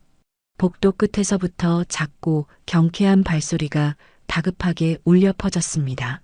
문이 벌컥 열리고 안도의 한숨을 내쉬는 남동생의 등 뒤로 아주 작은 체구의 아이가 쏜살같이 뛰어들어왔어요. 안정가옥에 머물던 여 회장의 딸 수빈이었습니다. 엄마, 여 회장이 바닥에 두 무릎을 꿇고 두 팔을 크게 벌렸어요. 아이가 여 회장의 품으로 무너지듯 왈칵 안겨들었습니다. 대한민국 최대의 재단을 호령하며 거대 카르텔 앞에서도 눈 하나 깜짝하지 않던 철의 여인이 아이의 작은 등을 으스러져라 끌어안고 소리 없이 어깨를 들썩였어요. 한동안, 아주 기나긴 한동안 모녀는 서로를 품에서 놓지 않았습니다. 남자는 방 한쪽에 짙은 그림자 속에 조용히 물러서서 그 눈물겨운 상봉의 장면을 묵묵히 바라보았어요. 세상의 모든 것을 걸고서라도 저 여자가 목숨 바쳐 지켜내려 했던 것, 자신이 피 묻은 두 손으로 짐승처럼 물어뜯어가며 완벽하게 지켜낸 세상의 진짜 온기가 바로 저곳에 있었습니다. 남자의 서늘했던 눈동자가 천천히 창밖의 맑은 봄하늘을 향해 부드럽게 풀어졌어요. 다시 며칠의 시간이 흘렀습니다. 남자는 누구에게도 행선지를 알리지 않은 채 홀로 가벼운 차림으로 길을 나섰어요. 낡은 시외버스를 타고 몇 시간을 달려 다시 흙먼지가 날리는 비포장 도로를 걷고 또 걸었습니다. 코끝을 스치는 바람에는 지리산의 칼바람 대신 훈훈한 흙내음이 묻어났어요. 남자의 무거운 발걸음이 마침내 멈춰 선 곳이었습니다. 그곳은 5년 전 그가 등 뒤로 쏟아지는 포탄의 파편을 온몸으로 받아내며 절벽 아래 얼어붙은 강물로 몸을 던졌던 바로 그 이름 모를 시골 마을이었어요. 길 건너편 슬레이트 지붕을 얹은 허름하고 작은 구멍가게 앞이었습니다. 칠이 벗겨진 낡은 나무 의자 2개가 나란히 놓여 있었어요. 그리고 그 위로 따사로운 볕을 받으며 노부부가 나란히 앉아 있었습니다. 할아버지는 주름지고 굽은 손으로 투박하게 귤껍질을 까서 할머니의 손에 조용히 쥐어주고 있었어요. 할머니는 무릎 위에 놓인 낡은 휴대용 라디오에서 흘러나오는 오래된 유행가에 맞춰 작게 고개를 끄덕이고 있었습니다. 살아 있었습니다. 남자의 시선이 그 평온하고 남루한 풍경 위에 깊고 무겁게 뿌리를 내렸어요. 남자는 왕복 2차선 도로의 길을 건너지 않았습니다. 다가가 굽은 어깨에 인사를 건네지도 자신이 그때 당신들을 살렸던 그 병사라고 굳이 입을 떼어 밝히지도 않았어요. 5년 전 지옥 같던 핏빛 전장 속에서 자신이 목숨을 걸고 끌어안았던 생면부지의 사람들이 저렇게 숨을 쉬며 지극히 평범하고 따뜻한 하루를 살아가고 있었습니다. 그것으로 완벽하게 충분했습니다. 남자의 가슴 가장 깊은 곳에서 지난 5년간 그를 유령처럼 올가매고 숨막히게 했던 무겁고 차가운 죄책감의 사슬이 마침내 소리 없이 바스러져 내렸어요. 남자는 아주 길고 깊은 숨을 한 번 토해낸 뒤 미련 없이 등을 돌렸습니다. 남자의 가벼운 외투 주머니 속에서 휴대전화가 짧게 진동했어요. 화면에 뜬 이름은 여 회장이었습니다. 남자가 조용히 통화 버튼을 눌렀어요. 재단직 속 보안실에 빈자리를 하나 만들어 두었습니다. 수화기 너머로 들려오는 여 회장의 목소리는 여전히 이성적이고 차분했습니다. 하지만 그 속에는 숨길 수 없는 옅고 따뜻한 미소가 배어 있었어요. 올 겁니까? 말 겁니까? 남자는 대답 대신 묵묵히 휴대전화를 귀에 댄 채 천천히 걸음을 옮기기 시작했습니다.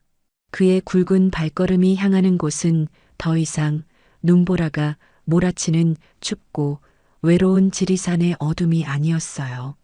아지랑이가 피어오르는 따뜻한 봄길 위, 시면에서 빠져나온 들개는 온전한 사람이 되어 사람들의 온기가 살아 숨쉬는 세상을 향해 뚜벅뚜벅 걸어가고 있었습니다. 오늘 이야기 어떠셨어요? 남녀 두 주인공이 서로를 통해 위기를 헤쳐나가고 결국 지켜야 할 것을 지켜낸 감동 드라마였던 것 같습니다. 그리고 두 사람이 새롭게 사랑을 시작했으면 하는 바람도 생겼네요. 여러분은 어떻게 보셨어요? 다음 드라마도 마음을 울리는 모습으로 찾아뵙겠습니다. 감사합니다.